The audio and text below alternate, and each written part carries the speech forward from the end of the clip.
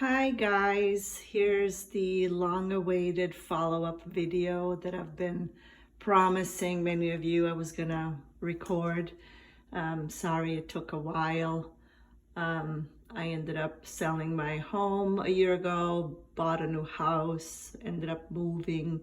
It took a while to get it all set up. I have several of these glass display cabinets where I keep my tiara collections and royal jewelry collections.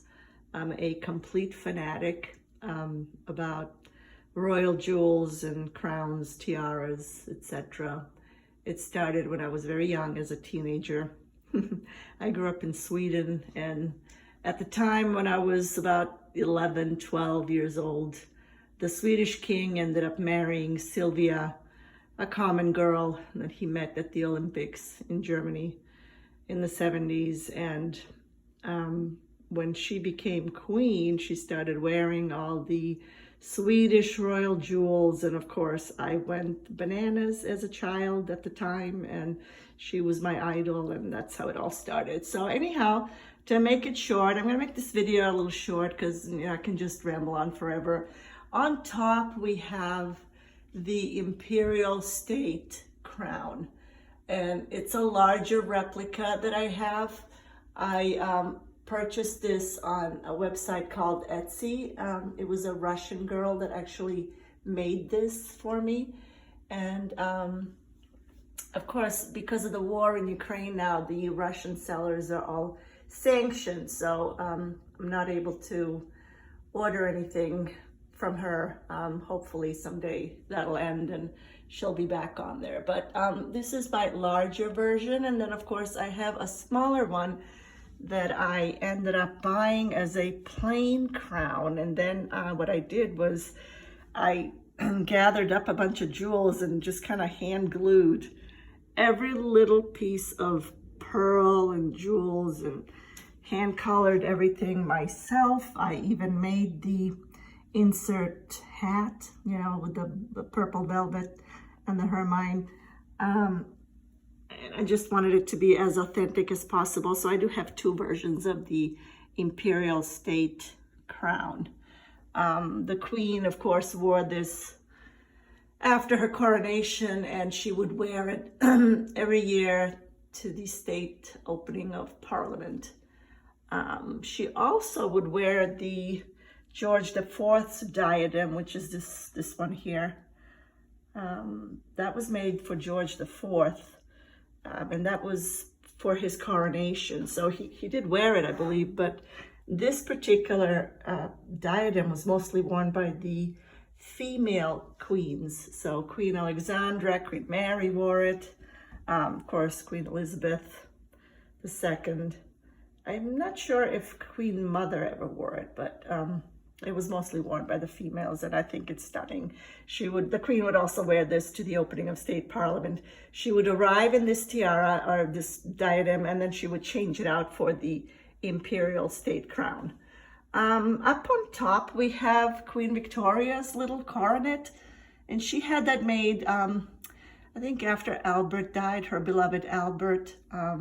She never got over him. She never got over the death, losing him. And I admired this woman to actually hold on to his memory for the rest of her life. But this was a little coronet she had made, and she wore it many years later to the state opening of Parliament. She suffered from migraines, so she wanted something lighter on her head, and the coronet actually has arches that are removable, so you can wear it with the arches or without. Below that, we have the sapphire coronet, little diadem that Albert made for her. I believe that was made as a wedding gift to accompany a sapphire brooch he had gotten her as well, which I also have a replica of. So I will get into the jewels aspect of my collection later on at some point, because I have that too. So, and this little crown also, this little tiara, is versatile. It could be worn closed up as a little crown coronet, or it can be worn opened up as a bandeau. Again, you know, what I did was I bought a plain basic replica, the base of it, and then I hand glued the jewels, the sapphires myself. So it's kind of a self-made project there.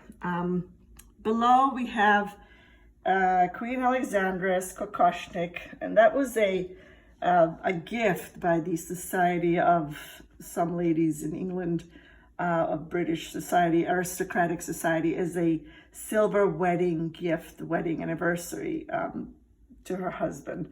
So that's how that one ended up in the Queen's collection.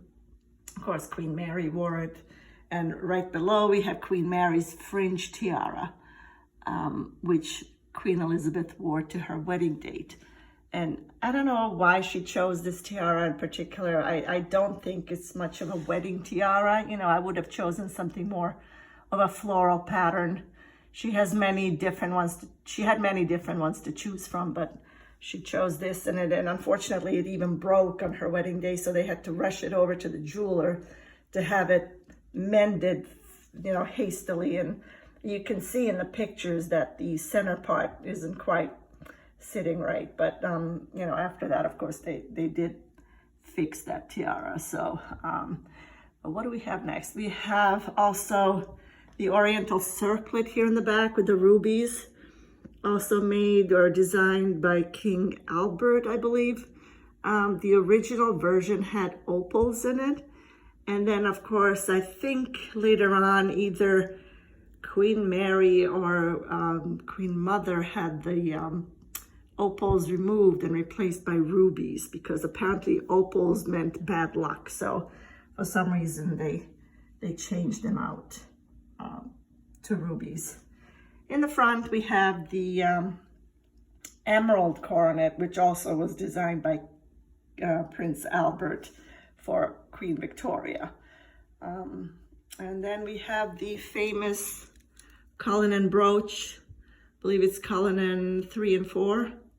There's like 9 of them, so I think number 1 and 2 are in the Imperial State Crown, which is right here, and then we have one in the scepter, which I don't have a replica of, but I think at some point I will get one.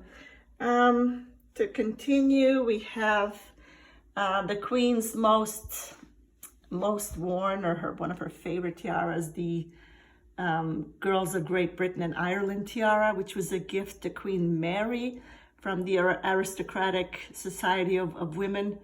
And the original tiara had pearl toppers, which Queen Mary later on ended up replacing with diamonds. Below that, we have the Brazilian aquamarine. The aquamarines were gifted to Queen Elizabeth at some point through one of her state visits through Brazil.